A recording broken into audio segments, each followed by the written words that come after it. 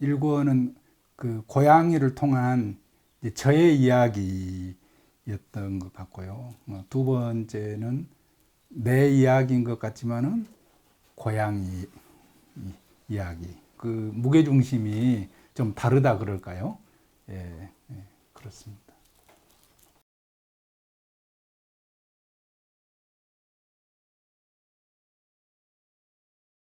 예전에 비하면 모든 것이 그 완벽하고 풍족한 환경에서 살죠. 쉽게 말하자면 이제 행복한 건데, 그런데도 우리는 정작 그게 행복하다는 생각을 안 하잖아요. 행복에 질려하는 이제 이런 거라고 이제 이야기를 하죠. 그건 굉장히 불행한 거잖아요. 행복에 질려하는 것, 각성을 안 하고 의식적으로 이제 살지 않으니까, 정신이 깨어 있지 않으니까 이제 그런 문제들이 이제 생기는 거죠. 혼자 살아도 역시 하루 24시간은 버거운 거고요.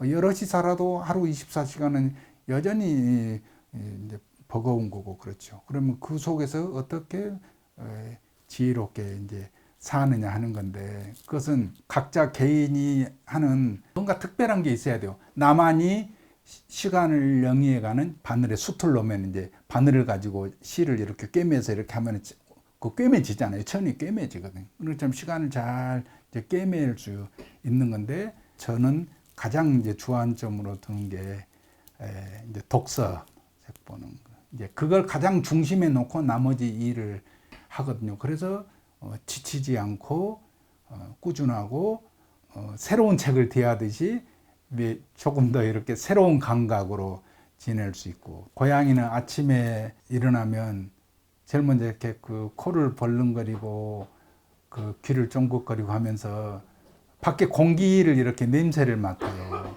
밖에 날씨를 지켜서 살피는 거죠.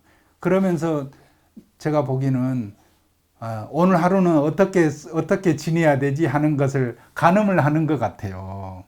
그래서 저도 이제 그걸 보면서 아주 단조로운 일상에서도 나는 결코 지루하게 살지 않을 거야.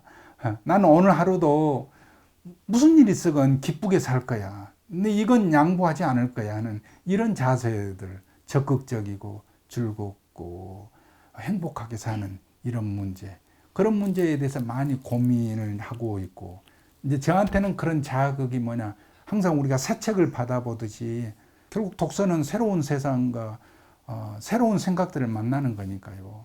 결국 그 독서로 인해서 그 삶을 새롭고, 나는 지루하게 살지 않을 거야, 나는 기쁘게 살 거야 하는 이제 이런 자극을 제 스스로에게 항상 받고 있지요.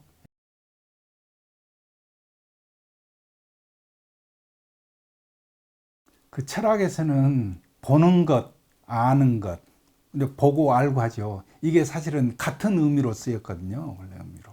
그러면 그 핵심에는 뭐냐면은 우리가 삶을 보는 안목인데, 그것은 보고 아는 거니까 읽을 줄을 결국을 아는 거죠. 그 근간은 뭐냐면은 사실은 아는 거죠. 아는 것. 그 읽는 것의 가장 중요한 자세는 경청이라고 봐요. 나는 이렇게 본다. 이런 것까지도 소용없고 그냥 있는 그대로 말이죠. 내가 장미를 보면 장미만 있는 거지, 내가 장미를 본다 이럴 거 뭐 있어요. 장미만 보면 되는 거고, 양이가 있으면 양이만 보면 되는 거지, 그죠? 그러면은 그 기쁨과 그 즐거움과 그것이 뭘 말하고 싶어 하는지도 어느 날 이렇게 느낌이 문득문득 오는 거 있잖아요. 꽃은 더 아름답게 피어나려고 하고, 고양이는 어찌됐건 그 하루 24시간을 지루하지 않게 보내려고 이렇게 마음을 먹고, 나무는 더 잘하려고 하는 이런 마음. 이제 이런 것들이 그 알게 되니까, 그러면 그 삶이 대단히 그 풍요로워지고 또 즐겁게 세상이 이렇게 봐지고, 또 그렇게 또 살아갈 수 있는 그런 감수성이 생기는 것 같아요.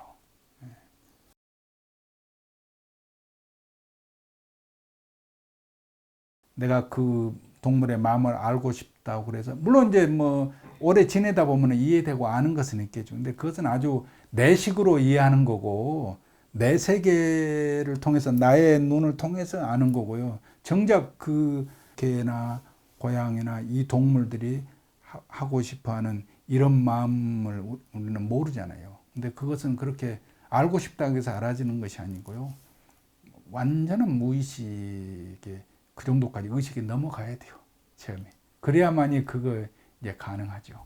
근데 안 어려워요. 사실은 그래야 되니까요. 내가 먼저 막 어떻게 하지는 않으니까요. 지가 먼저 반응하고 지가 먼저 움직이면 내가 거기에 따라서 해주지. 한 번도 내가 먼저 어떻게 해주려고 하지는 않아요. 그러니까 지금까지 이제 3년, 4년 가까이 되는데 저는 고양이한테 한 번도 긁혀본 적이 없어요. 왜냐하면 지가 원하지 않는 것을 내가 먼저 어떻게 하지 않고 그냥 바라보고 또 기다리는 이런 자세로 하니까요. 양이 이리 와 하면은 막 뛰어오고 양이 가자 하면 오고 고양이가 그 순간순간 이렇게 뭘 열망하는지 이제 그건 이해할 수 있죠. 그런데 가끔 이렇게 내가 이제 책을 보거나 했을 때 고양이 어느 날 막 사람처럼 잠꼬대를 합니다. 고양이 잠꼬대를 하더라고요. 그러고 보면 이렇게 참 아니 마음이 뭐라고 말할 수 없이 이렇게 그 속에 뭉클뭉클하는 게 있어요. 어느 날은 정말로 갑자기 스님하고 이렇게 부르는 거예요. 그 소리가 보니까 얘가 그 잠꼬대 하면서 뭐 이제 나는 그렇게 들었어요. 그래요. 그러면 저희는 무슨 꿈을 꾸고 있는 거지 이렇게 생각하면 그 아주 말로 표현할 수 없게 뭔가 속이 아주 뭉클뭉클합니다. 예, 그런 거 많이 느끼고 또 그래서 이렇게 사랑스럽고 또 그러니까 그만큼 또 아프고 또 그래서 그만큼 또 더 이렇게 존중해주고 싶고 이런 것들을 참 많이 배웠죠.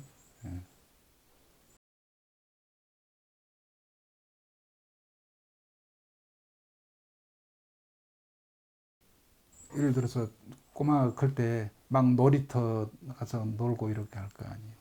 그 엄마는 얘를 잊고 싶다 그래서 잊어질 수 있는 게 아니잖아요. 잊고 싶다 그래서 잊어질 수 있는 것도 아니고 외면한다 그래서 외면하게 될 수도 있는 거 아니고 내가 어떻게 생각하건 그것과 상관없이 끈끈하게 이렇게 연결돼 있고 있잖아요. 그 인연이라는 거, 특히 가족이라는 이런 관계에서는 그렇잖아요. 그러니까 그 어쩔 때는 큰 짐이 되면서도 또 어쩔 때는 그 관계에서는 또 행복도 있지 않나요? 가족이 주는 또 기쁨도 있을 거예요. 관계의 끈들. 외면할래야 외면할 수도 없고 그런 관계들이 문득문득 이렇게 생각나잖아요. 그 애는 무엇을 뭘 하고 있는지 왜 집에 안 들어오는지 보이면 보인 대로 가까이 있으면 가까이 있는 대로 어쩔 때는 좀 떨어지고 싶고 또 떨어져서 안 보이면 안 보인 대로 왜 안 보이는 거지 하고 좀 걱정스럽고 하는 이런 모든 것들 그럴 때 성가시다 그래요. 성가시다. 그런데 성가시다. 아, 그게 사랑이죠. 그게 사랑. 아주 가장 많이 성가셔보고 이런 것은 가족관계 가장 가까운 사이일수록 가장 많이 성가셔보고 가장 많이 미워도 해보고 그런데 그 의미를 가만히 생각해 보니까 아 그게 사랑인 거예요. 그게 사랑. 어떻게 꽃길만 있어요. 세상에 어떻게 관계에 꽃길만 있고 즐거웠고 어떻게 맨날 그 꿀단지를 안고 있는 것처럼 어떻게 계속 그러겠어요. 그 삶이 그렇지는 않잖아요. 단맛도 뭐든지 꿀도 너무 많이 먹으면 물려서 못 먹는 거고 우리는 그럴 때는 조금 멀어지고 싶고 좀 떨어졌다가 또 너무 떨어졌다 싶으면 또 가까이 가고 또 너무 가까이 갔다 싶으면은 또 좀 떨어지고 싶고 이런 순간순간의 미묘한 것들 그렇지만 사랑하는 가족이나 그런 관계에서는 그러다 결국은 그 무책임하게 떠날 수는 없는 거잖아요. 그러니까 그런 모든 것들을 한마디로 표현했을 때 성가시다. 그게 얼마나 큰 애정이고 큰 사랑이었는지 비로소 이제 알게 되는 거죠. 중국 속담에 사랑하는 사람의 눈에 서시가 있다 이런 게 있어요. 서시는 절세 미인이잖아요. 그러니까 우리는 뭔가를 사랑의 마음으로 보면 다, 다 완벽해 보이는 거예요. 콩깍지가 씌는 거죠. 그래서 사물이 아름답고 좋아 보이고 행복해 보이는 것은 내 마음이 행복하고 내 마음이 충족되고 부족함이 없으면 보이는 사물은 완벽하고 별로 결점이 없어 보이는 거예요. 양이가 완벽한가? 저는 양이가 부족한 게 없어 보여요. 그러니까 내가 양이한테 콩깍지가 씌인 거죠. 근데 그런 마음이 내가 양이를 보고 그렇게 완벽하게 생각하고 부족함이, 그러니까 완벽하다기보다는 부족함이 없어 보이는 이 마음, 그렇게 보는 나의 눈, 그것이 내 스스로 생각할 때 그 마음이 또한 스스로 생각할 때 기분 좋고 사랑스러운 거예요.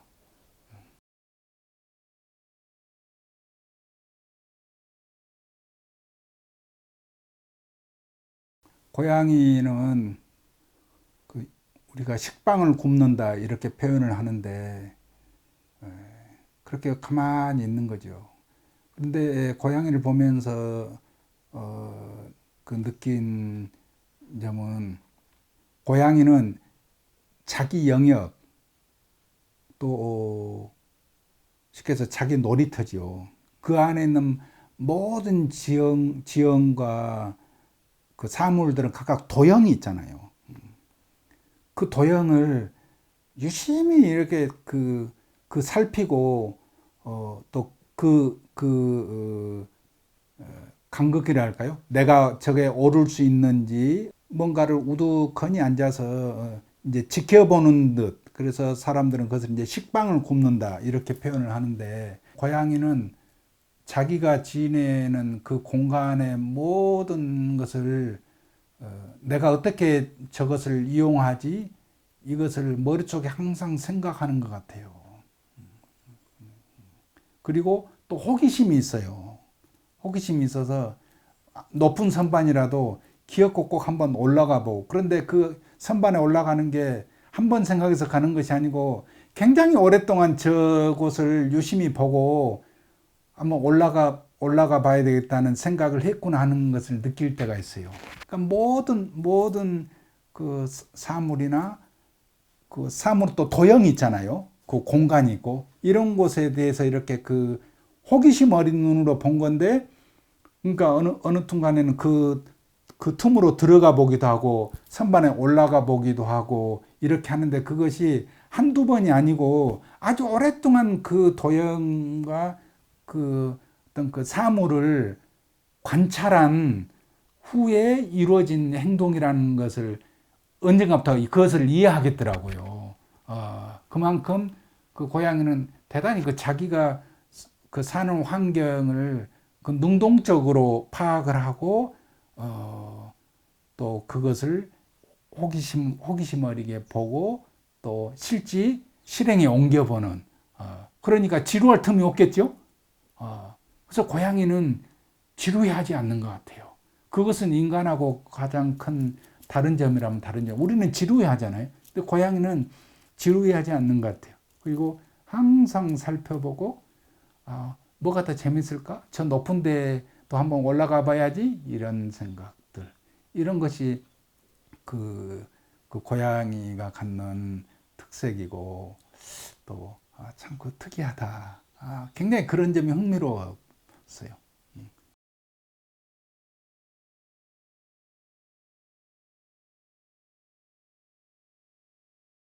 그 사료를 항상 그 채워 넣는데 그 이유는 양이뿐만이 아니고 여기저기 큰 절에 있는 양이들도 밤에 와서 먹고 가요. 가만히 와서 그렇게 하고 또 새들도 먹고 가요. 그래서 다 와서 먹으려고 항상 수북이 쌓아놓죠. 음식은 사랑이다 이런 말 하잖아요. 그러니까 함께 먹는, 함께 맛있는 음식을 먹는 거. 그 얼마나 그게 인간사에서 행복한 일이에요. 그런데 모든 나와 이제 관계된 이런 생명, 사랑의 마음이 생기면 같이 먹고 싶고 그러면서 같이 즐거움, 행복감을 느끼는 건데 지금의 양이는 어찌됐든 저에게도 사랑스러운 거잖아요. 사랑스러운 건데 사람하고 관계에서는 같이 즐거운 것을 먹고 같이 놀고 시간을 보내고 이렇게 하면 그 행복감과 그 사랑스러운 것은 충분히 채워지고 나눠지는 거잖아요. 그런데 저 양이는 사랑스럽고 소중하고 모든 것이 부족함이 없어 보여 이렇게 하는데 함께 먹는 근데 이 즐거움은 없는 거지요. 그런 부분은 어떻게 그 채워질 수 없는 부분이니까 그 공백은 여전히 남고 또 그 공백은 크고 어떨 때는 좀 아프게 다가오기도 하고